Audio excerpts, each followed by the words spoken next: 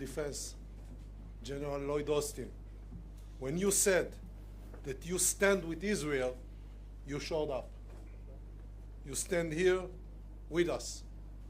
Mr. Secretary, you have shown us what it means to be an ally, to be a friend, to be a brother.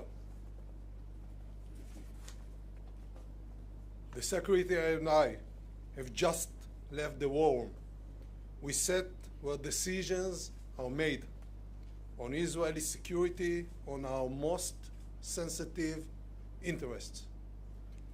I briefed the Secretary on strategic developments in our region, and the Chief of Staff, together with the IDF leadership, shared our operations. Defense cooperation and U.S. support in the Pentagon, in the White House, in the Congress, ensure freedom of operation and enforce our capabilities. In fact, today, we will receive the second aircraft carrying essential munition to the IDF.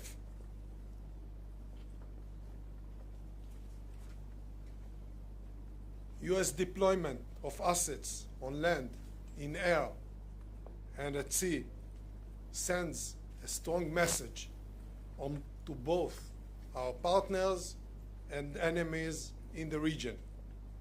On behalf of Israel's defense establishment and on behalf of our citizens, Mr. Secretary, thank you very much. Let me remind you all, our audience, who is the enemy? Our neighbors is Hamas, the ISIS of Gaza, an organization enjoying the Iranian payroll. I cannot let the world forget the brutal attacks Hamas terrorists conduct against Israeli children, Israeli women, Israeli elderly, and entire families. Murder, rape, kidnapping, this is what we face in this war. This is a war on the existence of Israel as a prosperous state, as a democratic state, as the homeland of the Jewish people. This is a war on freedom and on our common values, and we are on the front line. We will keep fighting, and we will win this war. We will prevail. With your permission, Mr. Secretary, I'll say a few words in Hebrew. מאז יום שבת, מדינת ישראל נמצאת במלחמה. אנחנו נלחמים על הבית, אנחנו נלחמים על העתיד שלנו. והפגישה שסיימנו עכשיו, ידידי מזכיר ההגנה אוסטין ואני, בבור הפיקוד, סיכמנו על שורה של מהלכים וסוגיות אסטרטגיות. אני בטוח כי גם ידידינו ברחבי העולם וגם אויבינו בכל הגזרות מבינים היטב את משמעות הברית הזו ואת משמעות הביקור הזה. מדינת ישראל היא מדינה חזקה, מדינה שבה מתקיים שילוב בין צבא עוצמתי לבין מערכת אזרחית עם חוסן לאומי בלתי רגיל. החוסן שמצוי ב-DNA של כל יהודי הוא תוצר של מאבק הישרדות של אלפי שנים, עם תוצאה אחת שלא משתנה. האויבים שלנו רוצים להשמיד אותנו פעם אחר פעם, ובסופו של דבר אנחנו שורדים, מנצחים והם נעלמים. זה מה שיקרה גם הפעם עם החמאס. זה הגורל שמחכה לחמאס הדאעש של עזה. המלחמה תהיה ארוכה, המלחמה תהיה קשה, ויהיו מחירים, אבל אנחנו ננצח. כבר עכשיו החלנו במקביל לפעולות המלחמתיות, גם בשיקום של מקומות שנשרפו והם עוד ישגשגו. ידידי הגנרל אוסטין, חזרנו עכשיו מהערכת מצב בבור הפיקוד. חזית במו עיניך במראות הזוועה, ספגנו מכה קשה מאוד. אנחנו נתחקר ונפיק לקחים. נהיה חזקים יותר. אבל עכשיו עת מלחמה, ובעת מלחמה המטרה היחידה והראשית היא לנצח. בימים האחרונים התהפכה המגמה, ומי שתקף אותנו הפך להיות מותקף על ידינו. מקרבות ההירואיים בשטחנו, בהם היכו לוחמי צה"ל בסדיר ובמילואים, את מי שתכנן להגיע הרבה יותר רחוק מרצועת עזה, עברנו למתקפה על שטחי רצועת עזה. התוצאות יעבירו לעולם מהי נחישותנו, מהי עוצמתנו, וכיצד אנחנו מתמודדים עם מי שמנסה להרוג את ילדינו, את זקנינו ואת נשינו, ולצערי במקרה הזה גם הצליח. חברי מזכיר ההגנה אוסטין, יש לנו משימה משותפת, הדרך תהיה ארוכה, אבל בסופו של דבר אני מבטיח לך שאנחנו ננצח. במלחמה הזו אנחנו ננצח. Thank you, sir. Well, good afternoon, everyone. Yoav, we've been in close touch, but it's good to see you again in person. And it's good to be back in Israel, even during such terrible days. As the U.S. Secretary of Defense, I am here in person to make something crystal clear. America's support for Israel is ironclad. And I extend my deepest condolences to the Israeli people for those killed or wounded in this terrible slaughter by Hamas. I'm also here in solidarity with all the families still living the waking nightmare of not knowing the fate of their loved ones. And we will continue to coordinate closely with Israel to help secure the release of the innocent men, women, and children in the clutches of Hamas, including American citizens. Now, Israel is a small country, a place where everybody knows everybody. And in times of trial, the intimacy of your society deepens the intimacy of your grief. But that's not a weakness. It is a profound strength. And in times of testing, Israelis know what to do. Over this awful week, we've seen Israeli hotels and homes take in those who've had to flee. We've seen long lineups to donate blood. We've seen WhatsApps explode with messages as people race to support neighbors in anguish. And perhaps because I'm a retired general, I was especially moved by the story of a retired general named Noam T-Bone. His son called him on Saturday from his home near Gaza to say that Hamas terrorists had stormed their kibbutz and were closing in. And the retired general jumped into his car in Tel Aviv and raced toward the combat zone. He linked up with other fighters and rescued his son, his daughter-in-law, and his granddaughters. And when the general arrived at their house, one of his granddaughters just said, "Grandpa's here." And these are rays of hope in a terrible week. And in times like these, sometimes the best thing that a friend can do is just to show up and to get to work. Now, this is no time for neutrality or for false equivalence or for excuses for the inexcusable. There is never any justification for terrorism. And that's especially true after this rampage by Hamas. And anyone who wants lasting peace and security for this region must condemn and isolate Hamas. Hamas does not speak for the Palestinian people or their legitimate hopes for dignity, security, and statehood and peace alongside Israel. As a former commander of Central Command, the deliberate cruelty of Hamas vividly reminds me of ISIS. Bloodthirsty, fanatical, and hateful. And like ISIS, Hamas has nothing to offer but zealotry, bigotry, and death. The world has just witnessed a great evil. The deadliest attacks on civilians in the history of the state of Israel, and the bloodiest day in Jewish history since the end of the Holocaust. So make no mistake, the United States will make sure that Israel has what it needs to defend itself. And Israel has a right to protect its people.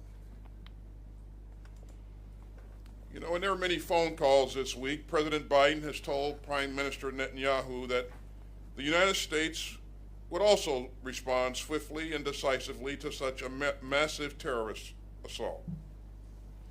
And the president also underscored that democracies like ours are stronger and more secure when we uphold the laws of war. Terrorists like Hamas deliberately target civilians, but democracies don't. This is a time for resolve and not revenge, for purpose and not panic, and for security and not surrender. At President Biden's direction, we have moved urgently to respond to this crisis and to send a strong message of deterrence. The USS Gerald R. Ford Carrier Strike Group is now in the region, led by the largest aircraft carrier in the world. We've augmented U.S. fighter aircraft squadrons in the Middle East, and the U.S. Department of Defense stands fully ready to deploy additional assets if necessary. As President Biden has said, for any country, for any group, or anyone thinking about trying to take advantage of this atrocity, to try to widen the conflict or to spill more blood, we have just one word: don't. The world is watching, and so are we. And we aren't going anywhere. We will remain in close contact with our valued partners across the region, and security assistance from the Department of Defense is already rapidly flowing into Israel. That includes munitions and air defense capabilities and other equipment and resources.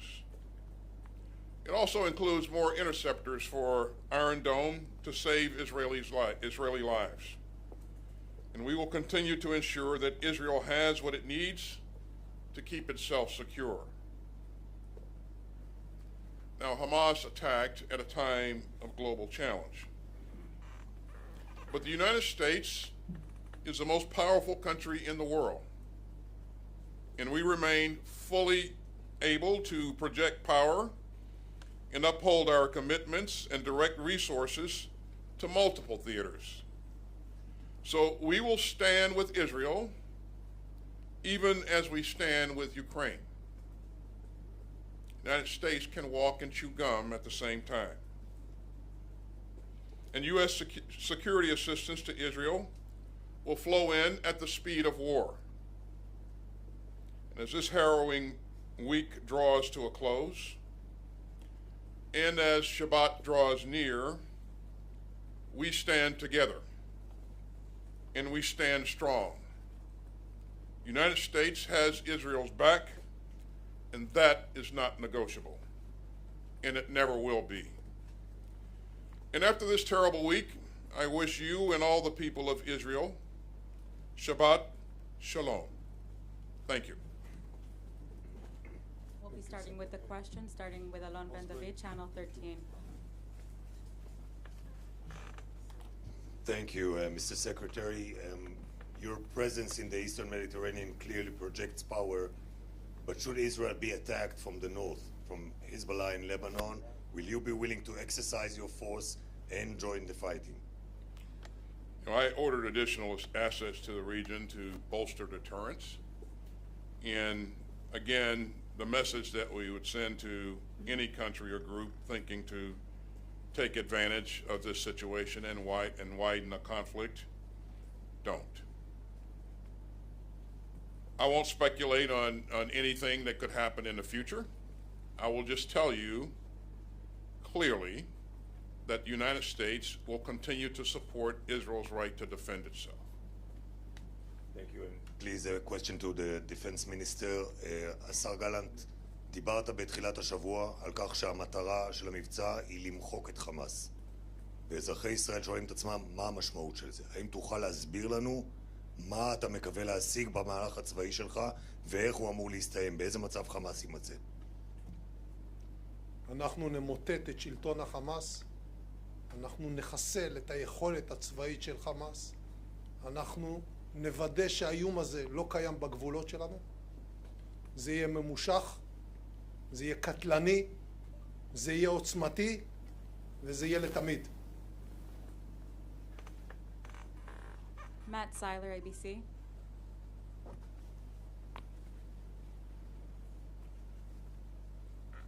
Thank you both for doing this. Secretary Austin, the U.S. administration has told Israel to avoid causing civilian casualties and to uphold what you called just now the laws of war. Given how Hamas fights, deliberately launching operations from dense civilian areas, how could Israel permanently end the terrorist threat posed by Hamas without inevitably risking many civilian lives? And as we watch the civilian death toll in Gaza rise while Israel conducts its counterattacks and perhaps a ground invasion, do you believe the moral culpability for those Palestinian deaths belongs to Israel, Hamas, or both? I'll leave it to Israel to talk about its potential plans and its approach to conducting operations. Matt, I'll just say again that Israel has a right to defend itself, and we will support Israel's right to defend itself. We will continue to flow in security assistance. And I've worked with Israeli forces over the years, over many years. As you know, I wore a uniform for 41 years. My experience in working with the Israeli forces is they are professional, they're disciplined, and they're focused on the right things.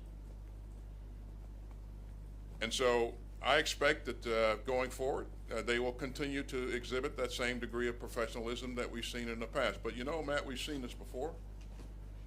The international community fought ISIS, who in some cases was embedded deeply in built-up areas.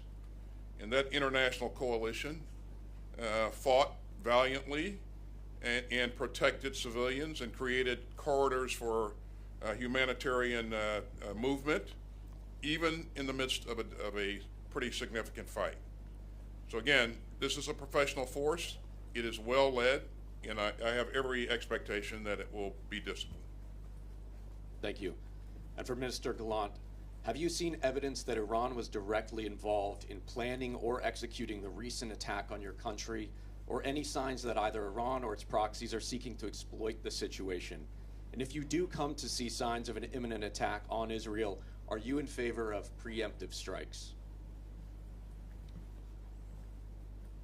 Iran, Hezbollah, and Hamas is one axis, an axis of evil. Everything is directed generally from Iran.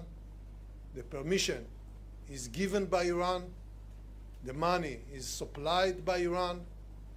And the ideas are shaped in Iran. Therefore, it doesn't matter if they give or didn't give the permission, but the idea is an Iranian idea. As to the actions, future actions of IDF, I will stay confidential for good reasons. Thank you. Suleiman Massaoudeh. Mr. Secretary, thank you for this. House Foreign Affairs Chair Mike McCall said that we know that Egypt had warned Israel 3 days prior to that event, like something like this could happen. We don't know how we missed it. We don't know how Israel missed it. So can you tell us what really the U.S. knew before this attack? What I can tell you is that if we had known or if we know of a pending attack against an ally, we would clearly inform that ally. But what we're focused on now, Suleiman, is we're focused on making sure that Israel has what it needs to defend its sovereign territory and to protect its citizens. And the minister and I spent a good bit of time talking today about what those requirements are and what we need to do to urgently meet those needs. אדוני השר, תודה רבה. זו פעם ראשונה שדרג מדיני עולה לשאלות העיתונאים.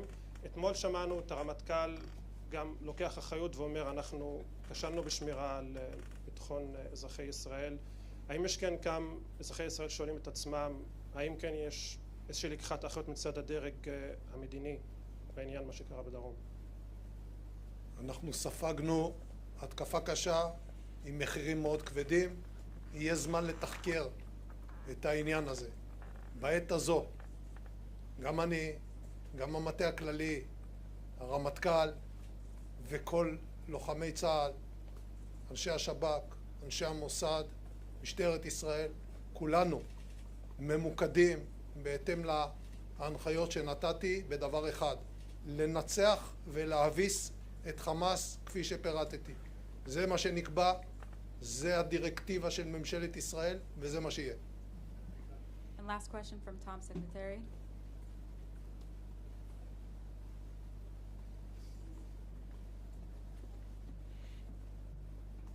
Thanks for doing this. Mr. Secretary, as you just stated, you were involved in the major effort to stop and eradicate ISIS. When you talk to the minister and others, and that experience courses through you, what kind of lessons learned do you feel or might be helpful in this case, especially dealing with that whole urban situation that you just referred to, the evacuation of civilians from Gaza, those kind of challenges? What kind of ideas and thoughts that you have that you can share, please? Well, thanks, Tom. I would tell you that encountering ISIS, I felt as if we were staring evil in the eye.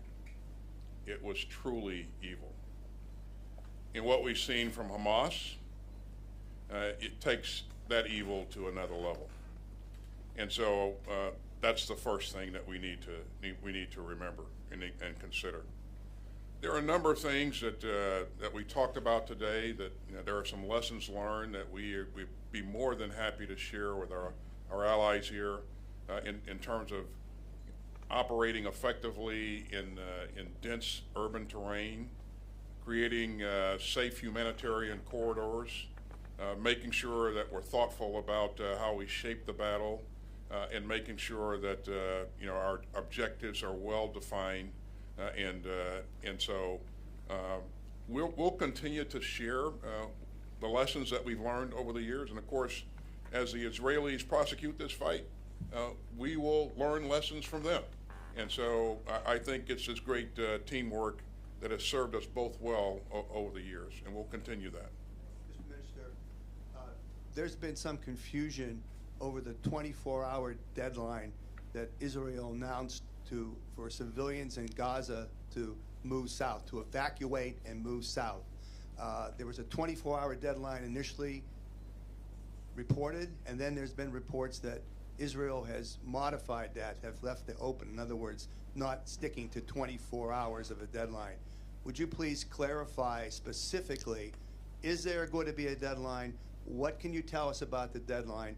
And what will Israel do, if anything, to help civilians move? Some of the people have said that's Hamas's problem. It's not our problem. Well, first of all, I would like to remind all of us what happened less than a week ago. 1,200 Israelis were brutally murdered, raped, burned alive. Kids were tied one to the other and shot at their hands. This is Hamas. This is the ISIS of Gaza. And as the secretary said, they took evil to another level. That's first issue. Second, Israel never and ever will not shoot civilians in purpose. Therefore, we are asking all the civilians in Gaza City to go south of Gaza.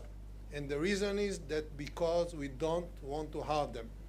The camouflage of the terrorists is the civil population.